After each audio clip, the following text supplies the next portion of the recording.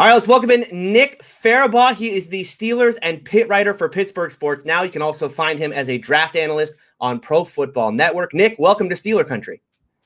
Thanks, Tony. Thanks for having me on. I'm really excited, man. We know, obviously, Steelers, man. I mean, what a week. What a week. What a week. Exactly. I was hoping to have you on, do some draft talk, right? Maybe talk about some pro days. And then the Steelers went out and they had a week. It was supposed to be a quiet week for the Steelers, right? They're going to lose a bunch of players. Maybe they'll make some noise here and there. But instead, let's talk about the big news. The Steelers did re-sign Juju Smith-Schuster. Of course, it had been wondered all offseason. Could the Steelers do this? Did they even have the money to do it?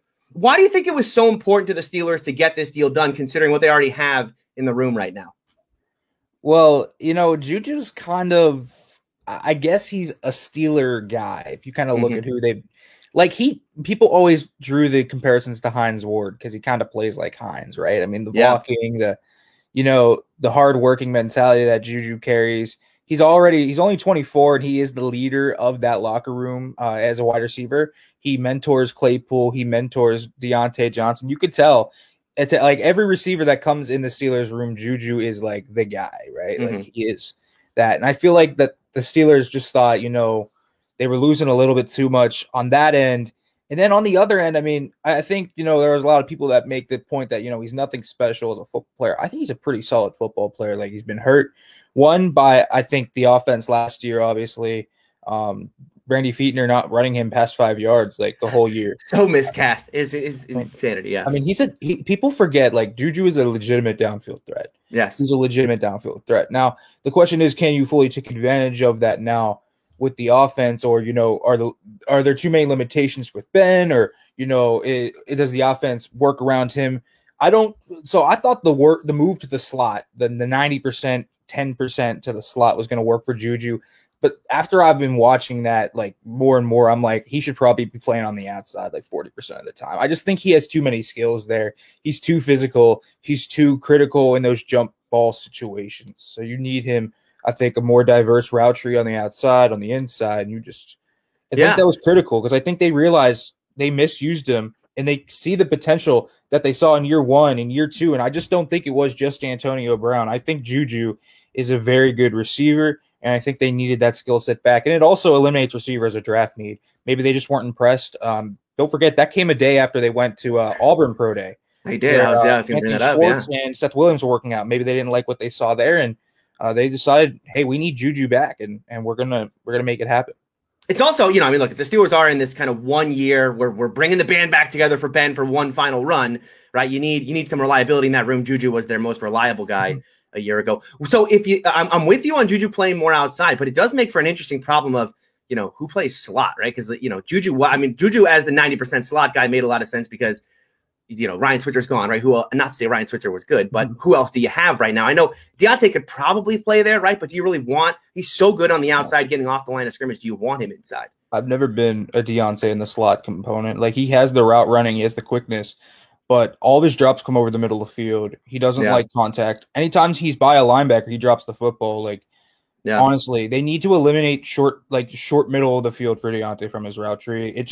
Which is unfortunate because he'd be great on drag routes, but he just doesn't. I don't know if it's a fear thing, if it's a mental thing with him, or what, or if he just knows because he is super. He doesn't have a great frame. Like, he is pretty light and skinny. He just knows he's going to get lit up and get hurt. And certainly, it's almost been since that hit he took against Cleveland in his rookie year, he's kind of been a little tentative towards contact, and maybe that shook him a little bit. I mean, he got crushed, so I don't blame him. So, but I don't know. Yeah, I don't know how. You're right. No, he doesn't have the size. But the guy he led the league led the NFL in drops last year too. Yeah, exactly. And the guy I would tab as the backup slot, if you will, is probably Claypool. I mean, I think he could fit there. Yes, you would want him on the outside as this deep threat, but he's also huge, and he can be a vertical threat from the slot. There's nothing wrong with being a vertical threat from the slot. We've seen Juju do it. James Washington's done it intermittently. Eric Ebron does it at times as well. I mean, I think Claypool could be a massive mismatch weapon against slot corners, or God forbid they get him on a linebacker. I mean, why not? I'd love to see him on Mike Hilton this year. Now that Mike Hilton is over in Cincinnati, it's a little big slot. I love Mike. Yeah. But I would bet on Claypool probably 8 out of 10 times on a jump ball. All right, let's go to the other news that kind of broke the same day, really at the same time as this Juju thing happened. Was the news that the Steelers are going to allow Steven Nelson, their cornerback, to look for a trade. Now, my first thought, Nick, when I saw this news, I didn't put the 2 and 2 together. It's like, oh, this is a salary cap clearing thing for Juju, right? I thought they must have gone to him for an extension. He wants too much money. And they're like, all right, well, let's get something for him today rather than let him walk a year from now. Then we heard, no, it's a salary cap thing. They have to make this work. And it makes sense because Juju 1 year, $8 million. Steven Nelson saves you $8 million. Okay, well, the math checks out.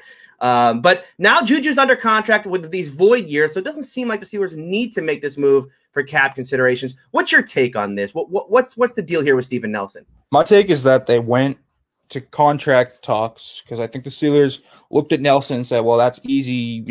We clear like $5 million if we extend him. That's an easy $5 million. That gives us another potential starter we can sign for a year.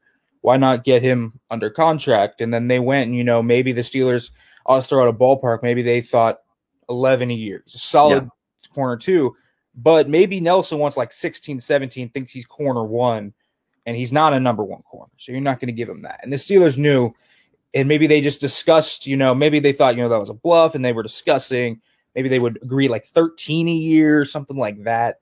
Just with how inflated the corner market is right now. It's like crazy. Right? Yeah.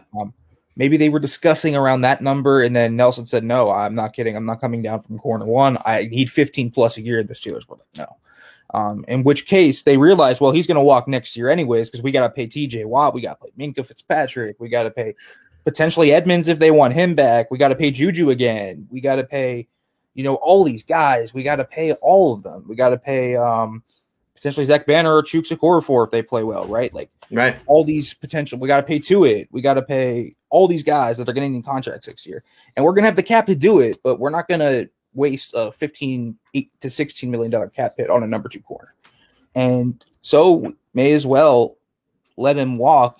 If they don't think he's gonna, bring them anything next year, maybe they think he is expendable.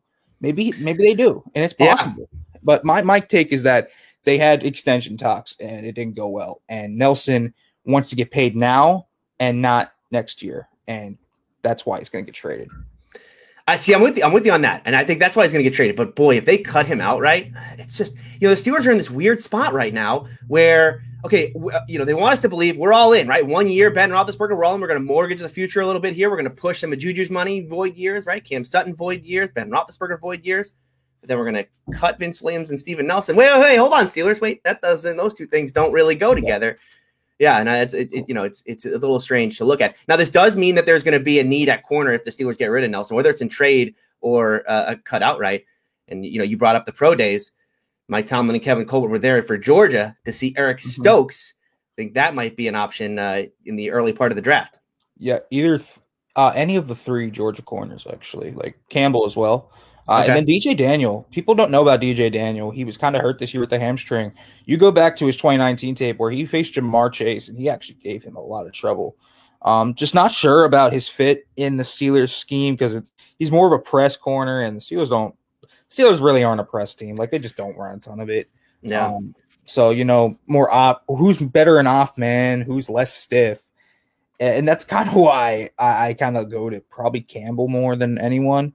Stokes is like straight line fast, but he kind of reminds me of Justin Lane when, explosive, kind of fast. And then when he turns, you're like, well, this dude's like he's like a warship trying to turn. Like, he's got super tight hips. He's got pretty tight hips. He's got, and all 3 of them have pretty good ball skills. So I do like that. They're playmakers, but I think Stokes is more athlete and flash than he is, super fundamentally good football player. So Campbell would be my pick. Now, I don't know which one the Steelers were looking at. Maybe all 3. I wouldn't take either of them round 1. That's a round 2 type deal. I hope they show up at some of these other pro days, particularly, Virginia Tech. We've heard some buzz recently, like Caleb Farley might drop to the 20s. And I'm like, ooh. I can't even Okay. imagine a better fit than Caleb Farley in this Steelers scheme because I just think it's a perfect fit. Like he's perfect in off man. He's really good in match man zones, and that's kind of what the Steelers' MO is. They do a lot of man. Yeah. Or you can leave him on an island in really tight off man because the Steelers do play a lot of single high stuff and trust him. I mean, I think Caleb Farley would be like a dream scenario. That's up there with like Christian Darrisaw, like round one. That's who I want. Like 1 and 2 are probably the 2 VT guys. Legitimately. Having this need now at outside corner is going to be interesting for them because I think the Steelers really do want a running back early in this draft as well. I mean, it doesn't seem like there's a running back in the free agency that that's going to be their starter. I don't think Benny Snell is a starter at this point. Anthony McFarland is a nice player, and he has the connection there with Matt Canada coaching him from Maryland. But boy, they just don't have their guy at running back. So I feel like Najee Harris, Etienne, maybe even Javonte Williams in the first round, and then maybe second round as corner. Although I guess they could do that opposite, right? You could go corner in the first round and hope one of those guys falls. What's your take on the running back class right now outside of those top three, right? We talk about, obviously everyone knows that, Etienne would fit, Harris would fit, Williams would fit. Is there someone in like tier 2 or tier 3 that you like for the Steelers system that you think contribute right away? I think there's a few guys, 3 guys I'll name. Okay. Michael Carter, who is just super fun, super fun. He's like Nyheim Hines, but juiced up times 10. It's so much fun to watch. Great receiver. He's like a 1B to the 1A. So I think like him and McFarland are a really fun combo. And then you can have Benny Snell be the hammer, right? So I think that's like a nice little, I guess, compromise. You're not going to have like a lead back, but here's McFarland, who can get you, I don't know, 10 carries a game. Maybe, if Carter has the high and you just ride the hot hand pretty much in that scenario. He's just a really fun guy. He's not a scat back. Like people would call him a scat back. He's not like a Tariq Cohen. He's literally very durable, much better in pass pro than you would think for his size and a really good receiver. Then there's Kenneth Gainwell, who they've met with. So there's some interest there in Gainwell. He's a bit more of an explosive guy, a little bit more of your lead back type, but he's a Memphis back. So, he plays a lot of receivers, splits out wide, more of a running back than Antonio Gibson was coming out.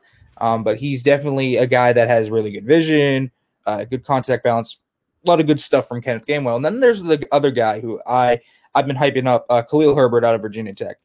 People are going to think I'm a Virginia Tech fan after this podcast, but I'm not. I'm a Pitt fan, so I actually don't like VT. But like their players. Yeah, exactly. I like the players. Khalil Herbert is so much fun. He's a guy that ran a lot of outside zone, which I don't know if the Steelers are going to run a lot of that this year, but he can run in between the tackles. He's physical. He looked really good in pass pro, both on tape and at the Senior Bowl. Soft hands, wasn't used a lot there at Virginia Tech, but he's got pretty good hands from what I've seen on tape when he was used. Breakaway, like big time athlete, can hit the home run ball, great contact balance. I think he's just a really good all around back. I would trust him as the starter day one, but him and McFarland, and then again, you can have Benny Snell be a hammer there. And I wouldn't be opposed to, getting someone in free agency, like on the minimum, and then maybe drafting, someone like a Carter, Gainwell, or Herbert, if it comes to that. I mean, it very well might come to that. So we'll see. Running back I don't know what they're going to do with running back, but obviously I think round one, you can definitely see the signs pointing to an Etienne, a Harris, probably even a Javonte Williams there. Yeah. It's so interesting to, like you said, right? You don't know we're not sure what the Steelers are really going to run this year yet. I mean, new offensive coordinator with Matt Canada, and you can look back to his previous offenses to get a sense of what he likes to do, but then meshing that with what Ben likes to do. And then you have a new offensive line coach as well. And, previously the offensive line coach has also been the run game coordinator. So how much is Adrian Clem going to be involved in the run game itself? It's tough to project. I was surprised that Steelers, I do a podcast with Chris Carter, Locked On Steelers, and he and I were talking about the running backs. And we were saying, okay, well, it's got to be either Harris or Javonte Williams because they fit kind of what the Steelers normally look for at running back, and Etienne really doesn't. But then they went and saw Clemson. They went in person to Clemson to see Etienne. It's like, okay, well, maybe the Steelers are changing, right? Maybe what they're looking for in a running back is changing a little bit. Yeah, and you look at assistant O-line coach Chris Morgan, and he's from the Shanahan tree. So yeah, that's a wide zone scheme. Yeah. Now, what my thought process is, because I know what Canada runs. Canada has run everything from gap, power, trap, all these old school things back in the 70s and the 60s, but he's also run the modern, inside zone, the duo, obviously, the Steelers love duo. I love duo. But he's also run the outside zone. And my thought process is maybe the Steelers are looking at, keeping what they have, which is obviously the more gap power stuff. But they're also thinking of adding a little bit of flavor of maybe that outside zone scheme. And it's going to become more of a mixed type of rushing attack. And ETN is obviously beautiful for that. ETN is perfect outside zone back. So I just find it very interesting. And Kevin Colbert did say earlier this offseason, we're going to have to change how we evaluate the running back, the wide receiver, quarterback, offensive line, even tight end to fit Matt Canada's scheme. They are really committing to the Canada scheme. So ETN would definitely follow that. Yeah, and I'm excited about Matt Canada, what he's going to bring. Hopefully it's going to be, I think it's going to be a breath of fresh air from where the Steelers left off with a Randy Fichtner offense.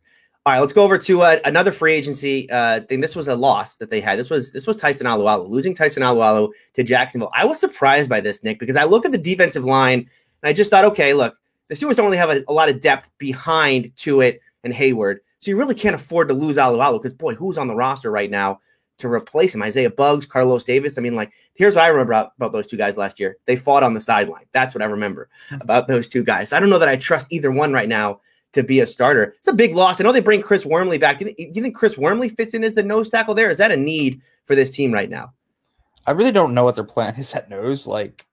Feels like they have too many other needs to where they're going to draft a nose early. Because you feel like, well, they have to address center, they have to address running back, and then they have to address corner now.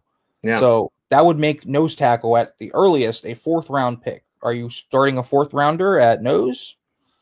I don't think so, but I guess it's always possible. But you're probably not getting 4. Maybe if they get a 3rd round pick for Nelson, maybe at that point that's where I would slot nose, right? Okay. But with the leverage they have right now for Nelson, they might get a day 3 pick if they're lucky. So not thinking that's possible. So my guess is it's Wormley, and it's weird to have a 6'5" guy at nose because, the nose is supposed to be the stout run guy, but he's like 6'2", and he's, he's going to win the leverage battle. He's going to hold the line. Right. And I think with Wormley, you're not as relying on much as on his leverage as you are his length, right? Like that's his strength. It's his length. So you're actually going to more of a, I guess, penetrating nose here than what Alualu was. Although Alualu became that last year, I mean, out of nowhere, he was phenomenal at nose. But he became, I think he became more than even the Steelers even knew he could be. And we know that Carl Dunbar so far has been great. Now, I'm not going to discount Isaiah Buggs or Carlos Davis. I think Davis has shown some flashes. Buggs got benched for Davis, so I don't really have a lot of hope for Isaiah Buggs. And don't even let me mention Henry Mondo. I mean, Lord. But he was a great fullback for one play. Yeah, he was the fullback. That was his best play of the year. That was his best play. But Wormley from his days at Michigan to Baltimore has always been known as a run stopper. So, I mean, I think it makes sense. I know he's 6'5". Again, that's not a traditional size for a nose tackle. You want your nose to be a little bit more stout, but I don't know what other option they have, and I just hope it doesn't blow up in their face. Yeah, it's an interesting one. I'm hoping they address this, like you said. In the draft, you have so many positions that you need to hit. This feels like one that they should need to address in free agency somehow. And it sounds like it seems like by who the Steelers have signed so far, they don't really want to sign anyone big yet because they want to mess up their compensatory picks for 2022. So maybe we have to wait till May to see a nose tackle, Brian. But I'm hoping they can address this in nose tackle and solidify it a little bit. You talked about center here. You're bringing in a center in the draft, and obviously, Steeler fans are going to love themselves some Landon Dickerson from Alabama, Creed Humphrey. Is center, and do you think center is a real need now they brought back BJ Finney? Could they get away with? Is there a world where the Steelers can get away with starting BJ Finney for 16 games in 2021? No. No. He couldn't even crack. Listen, I know this is a common saying. The guy could not crack the lineup for that Bengals O-line. They could not crack it. Listen, he was really solid for the Steelers when he was here, but I never thought he was, that's a future starter right there. I never thought he was. I always thought he was good depth. He's definitely better than J.C. Hassenauer, which is good. And they also have Joe Haig now who can play center, which is also good. So they're 2 deep at center, but neither of them are starters. They're just really solid depth. I feel a lot better about the depth on the O-line, but I don't feel good about the starting situation at center at all. So I think they need to draft one in preferably the top 3 rounds. If they want to do it in the top 2, I'm cool with that. Don't reach for one in round 1, in my opinion. Yeah. But, this is what we talked about. I've talked about this a little bit. Trade back and maybe draft a center early and with your first pick, get some draft capital, fill more needs. I think trading back might make a lot of sense if you want to go center early. Certainly. Acquire as much draft capital as you can, Kevin Colbert, because you do have a lot of things to address. Nick, let's talk about the linebacker position, where the Steelers kind of created a problem for themselves here by cutting Vince Williams. I know that Spillane showed last year he could be a starter at that spot alongside, in place of Devin Bush. Now it'll be alongside Devin Bush. But behind him, you have Marcus Allen, who is a converted safety to linebacker. And I know he kind of gets the short stick here because that was late. That happened late in the offseason, in an offseason without a mini camp, without OTAs, right? He had to do this without being on the field and then just kind of, hey, training camp. Oh, by the way, you're a linebacker now. So he's going to have a full offseason to prepare for that. And you have Ulysses Gilbert, who I like a lot. His back doesn't like him a lot. He's hurt all the time. So how big a need right now is linebacker, just from a depth perspective?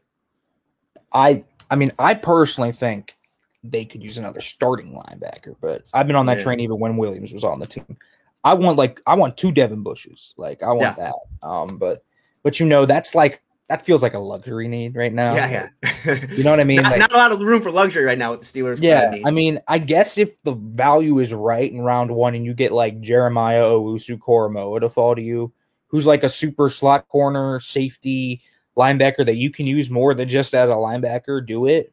But it's just a depth need right now, but they definitely need another guy there. I think that feels more comfortable in stopping the run. They need another guy that can come down like Vince Williams, be this blitzer, be this hard-nosed dude, and they need a vocal guy because Bush has never been this vocal leader. Vince was always the chirper. Yeah. Even when Spillane was out there, was always Vince being captain, right? So they need another guy who embodies that. It will be on special teams first, but they need a guy. There's room for unathletic linebackers still in the league. Not horribly unathletic guys, but Vince was never a guy that was a horrible athlete. He was just painfully average. Yeah. And that's the guy that they should be looking for in terms of depth. That's the guy they need. Yeah, more of a thumper type. I'm with you on that one. And then at edge, right? Sticking with kind of linebacker-ish, you got TJ Watt, you've got Alex Highsmith, and Ola's gone now. So and not even to say, I know losing Ola feels bad, I guess, to Steeler fans who were at training camp and liked Ola in training camp. But let's not forget, Ola, he was benched for Cassius Marsh at the end of last season. So it wasn't like Ola was lighting it up with the coaching staff. So I understand why they let him go. But it does leave another hole, though, right? This is a team now without Bud Dupree. Yes, Alex Highsmith's there to step up, and so there's going to be a drop off in play, but it doesn't have to be that significant because Highsmith looked decent at the end of last season. But behind those two, they got to draft someone, right? They got to bring someone in. Have to. I think they need 2 of them, and that's why I would like to see them. This is one of the positions, because I don't think they're going to make a huge splash throughout the rest of free agency. But just like they did yesterday by signing Miles Killebrew and then Joe Haig, this is a place where I think they can sign one of those, cheap guys. They need guys just for their special teams unit from the outside linebackers position. Yeah. First of all, Cassius Marsh and J. Rowan Elliott are just not very good. Just bringing that cheap guy. I haven't looked crazy at the outside linebacker free agent market, but I'm certain there's a few guys out there that can be had for, pretty cheap money and be decent depth. I think that's just what they need. They need a solid special teamer who maybe can give you a few rotational reps. Now, that doesn't mean they have to be Anthony Chickillo, but they can be a little bit better than that. But, yeah, you have to draft someone. If I were Kevin Colbert, I'd use one of my 4th-round picks on an outside linebacker, personally. Because, you don't have your 5th anymore because you traded it for Wormley. So, in my opinion, just go get one of those with maybe your comp pick or that 128. That's where I'm landing on edge. You need 2 edges. Sign a guy, draft a guy. Then you'll feel a lot better about, if TJ Watt or Highsmith for some reason, goes down for the year. You have to feel comfortable about something. There's nothing there that makes you feel comfortable. No, you can't in this league. You cannot have too many. You cannot have too many pass rushers in this league. And with where the Steelers are now, with no depth whatsoever, it's a dire need. I feel like, and it's something not enough Steeler fans are talking about. Is the edge is look, they lost Bud Dupree, and that is bad. I mean, Bud Dupree is a good player, 20 sacks in the last 2 years. They drafted Highsmith knowing likely that they were, likely they were going to lose Bud Dupree, but now, Highsmith's going to come in, but you got nothing behind him now, so you got to do something. All right, you talked about a couple of those signings the Steelers have made, low-key signings, and this is what, when we talk about the Steelers bringing in players from outside the organization, this is generally how it works in Pittsburgh, right, is you get the low-key guys. So they brought in Miles Killebrew from the Lions. Sounds like from what I've read on him, Nick, that he's more of a special teamer than anything else. Yeah, that's kind of what he is, a special teamer.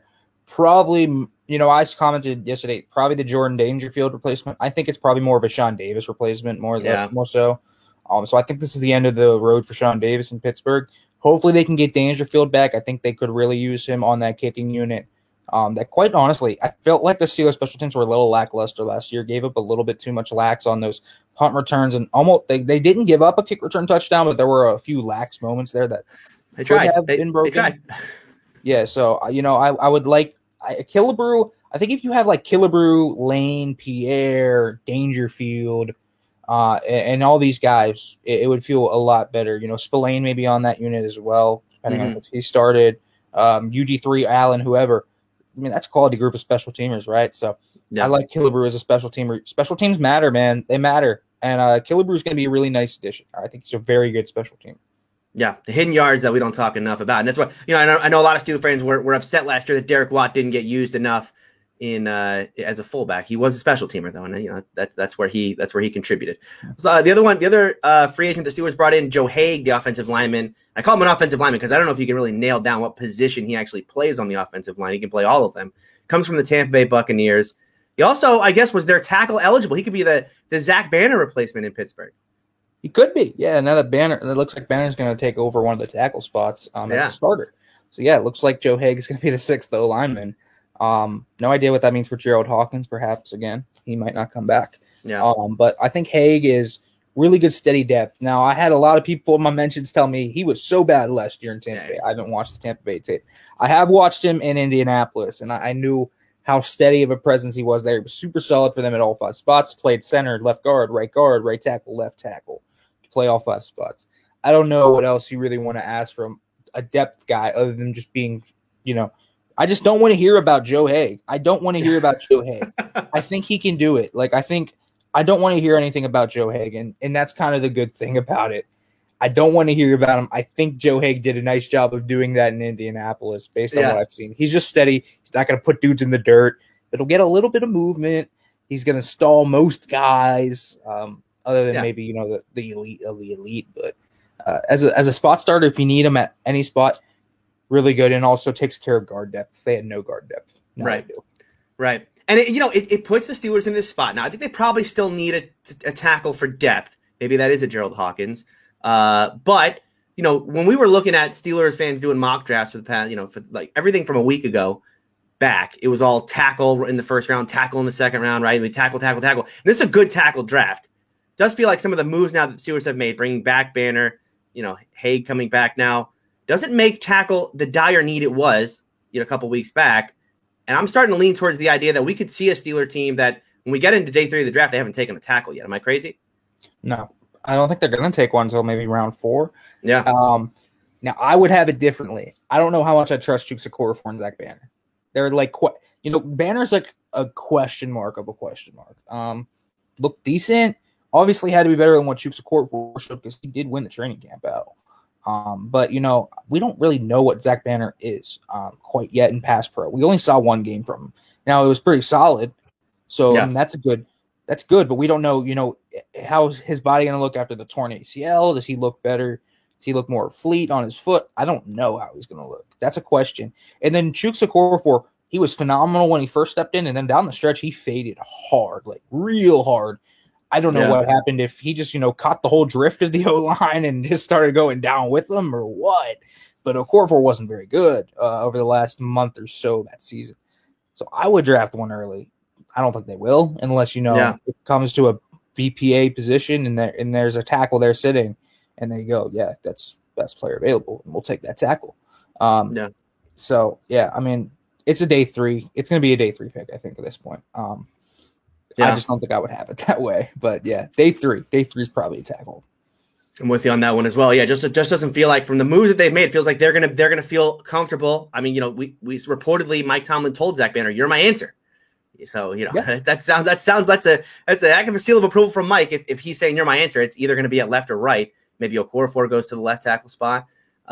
We shall see. It's interesting how the Steelers, Nick, are approaching this offseason, right? This kind of they're in this win now mode, right? They have Ben Roethlisberger one final year. Juju's back, right, for 1 year. They bring Cam Sutton back, right? They're doing these things that are win right now, especially obviously that's the Ben Roethlisberger Juju part of this. But then again, this whole going back to Nelson and Vince Williams, and it seems like, running back might be a first round draft choice. Are they approaching this offseason correctly? It feels like they're kind of halfway to the we're in right now, but then also halfway like, but we kind of don't want to screw things up in the future too. So kind of they're trying to play it both ways. I don't know if they can afford to do that. Well, I guess your view of the offseason kind of goes back to, well, what's your view of Big Ben, right? At this point, can you win a Super Bowl with this current version of Ben Roethlisberger? I think the Steelers kind of realize that, and that they're going to say, well, our team is going to live and die by Big Ben, which it has been for the past decade. Mm-hmm. And we're going to go all in on Big Ben one last time. And if you look at it by that approach, it probably is the best way. You bring back, his favorite target. He lobbied for Juju to come back, apparently. We heard how much he wanted Juju back. They bring Zach Banner back, so he still has a good answer at tackle now. At least maybe I don't know if he valued Banner. We don't know how he valued Banner. Maybe he wanted Zach Banner back. We know that they wanted to keep the defense at least somewhat together, right? I mean, Sutton does that. So they're kind of half in. I think the Steelers realize after this year, this is it. Even if Ben wants to come back, I kind of get a sneaking suspicion, it might be closed doors. Like they might be pushing him out after next year. Because I think Ben, he's not what he was 10 years ago. And you have to admit it. He's just not. He's not the Ben that escaped pockets and made unreal throws on the run. He's not an elevator anymore. He is a facilitator. And that's kind of what you have. He's a mid-tier quarterback now. Mm-hmm. And, it's okay to be I think he's in the tier of like Jimmy G, Goff, like that tier right now. Like that's kind of what I feel like he is. He's limited. Now, I don't think his arm's shot. I think his knees are shot. I do think his knees are shot because they're arthritic. He literally said they were arthritic. Yeah. And he can't step into his throws. And I think that's what's causing people to, he can't throw an accurate deep ball because of it, I think. And he's just a guy now that you have to surround with like a perfect environment. And that's kind of what I've said. He's not going to elevate you and he'll elevate you in moments because he is Big Ben and he still has his magic, right? At times. Yeah. Like the Colts game, that was a classic Big Ben magic. But that's not the constant for Ben anymore. Maybe he catches magic for 3 or 4 games and leads him to a Super Bowl. It's possible. Maybe he still has enough to do it. We've seen other quarterbacks do it before where they're otherwise just average guys and they catch fire and catch magic and they're this elite guy for just a few games. But I think it's down to Ben, and however Ben performs is how this team's going to go, and that's kind of how this offseason is.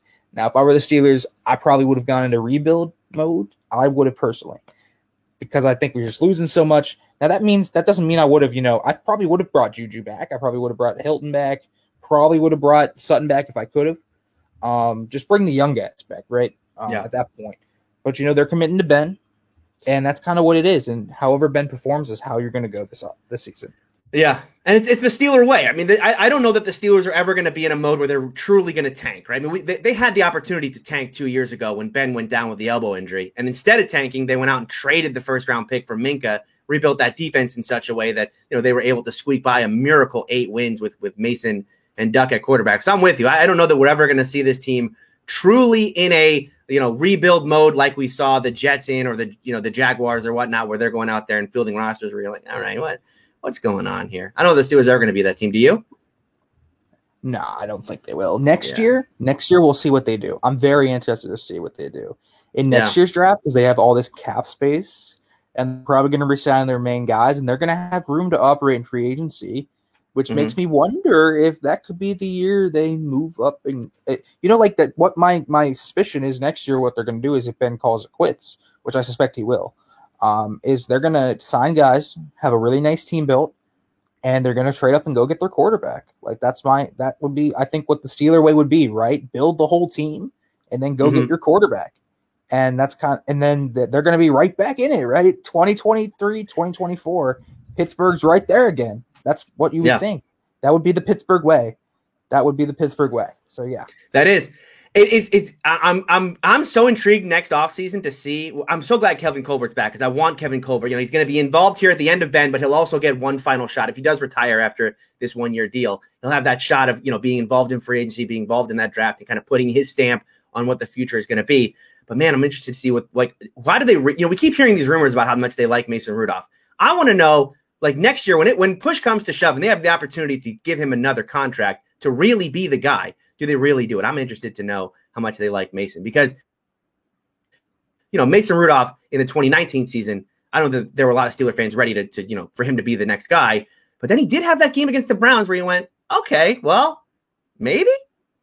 I don't know. Maybe. It's interesting. Maybe. Yeah, maybe. Yeah. I don't know that for me, he kind of elevated himself to backup role, right? Okay, you could be a serviceable backup, right? Yeah. I don't know that he's still going to be the starter, but you listen to Kevin Colbert, Mike Tomlin, these guys are certainly the rumors coming out of Pittsburgh. Sounds like maybe they do think he could be the guy. I don't know. We'll see. I don't know. We will see. Mason, that was a really good game he had against the Browns. It was a really good game, right? But, that felt – I always thought, I was like, realistically, what is Mason Rudolph's ceiling? At his best, what is he? Mm-hmm. Kirk Cousins, Andy Dalton, right. Is that really the future guy of your franchise? Probably not, but he can be a really solid backup. So, if they bring him back next year, I don't know, $5 million a year. Okay. Right. Just make sure you draft the next guy. He's not your franchise guy, but he can start for your franchise guy in a pinch. That's what I kind of see Mason as. I'm with you. He's a serviceable backup, and he'll always be there to be the number 2, right? And because the thing is, no Steeler fan right now can close their eyes and picture a CBS graphic with Tony Romo and Jim Nantz calling a game between Patrick Mahomes and Mason Rudolph starting the AFC Championship game. It's not. I just don't see that. I don't think that a lot of us are going to see that. So it's going to make for an interesting offseason next year. But we have there's a lot more to come this offseason. As Nick talked about, there's more to come in this free agency class. A center could come in, a nose tackle. We'll see what they do with Steven Nelson at corner. And they, if they trade him, that's going to open up a spot at corner. So a lot more to get to. Nick, thank you for joining us today. Going to have you back on because, as I said, there's going to be a lot to talk about. We have a lot of draft stuff to get to in the next month as well. But before you go, let people know where they can find your work. Yeah, guys. So you can find my Twitter stuff, anything I talk about there, Farabaugh FB, FARABAUGHFB, since it is a pretty hard last name to spell overall just from hearing it. And then you can find my stuff at Pittsburgh Sports Now, Steelers Now, and, of course, Pro Football Network. That's where my draft stuff lives. And my Steelers/draft stuff, I guess Steelers-specific draft stuff, that lives on Steelers Now. And then any Pitt stuff lives on Pittsburgh Sports Now. So check all that stuff out there, guys. Very cool. Yeah, make sure you check out Nick's work. He does a great job, as he said, breaking down the Steelers, and he does great draft stuff on Pro Football Network. You can find me on Twitter at Steeler Country. You can find my roundtable show all about the AFC North. AFC North Talk is the YouTube channel. Make sure you subscribe there and subscribe here. And I'll be back later this week with more Steeler Country.